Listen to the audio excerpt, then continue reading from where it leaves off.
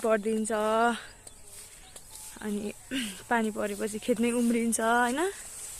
मकै रोप्यो असिनाले यस्तरी ढुट्टो पार्छ। हावा असिना पानी एकैचोटि आउँछ यो तराईमा त यस्तो पारा छ हैन। बिजोगसम्म मकै हेर्नु न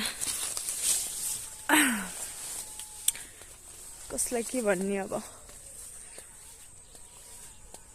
ओ यहाँ चाहिँ किन लडाइ रहेछ धेरै भनी, यहाँ चाहिँ हिजो पानी लगाएको रहेछ, हिजो मात्रै पानी लगाएको रहेछ।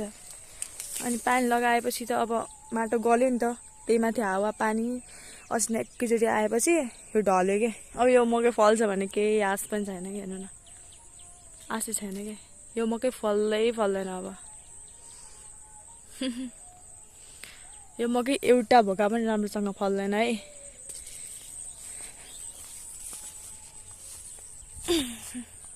यसपालि चाहिँ फेरि पोहोर साल मकै एकदम महँगो भएको थियो हैन। अनि मकै महँगो भएको कारणले गर्दाखेरि चाहिँ यसपालि धेरै मान्छेले मकै लाथ्यो। हामीले पनि मकै नै मकै लाथ्यो हैन। 1 बिगामा मकै लाथ्यो हामीले पनि।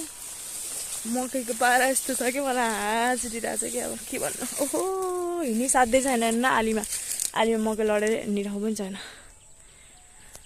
यो पालि चाहिँ यस्तो पारा छ ल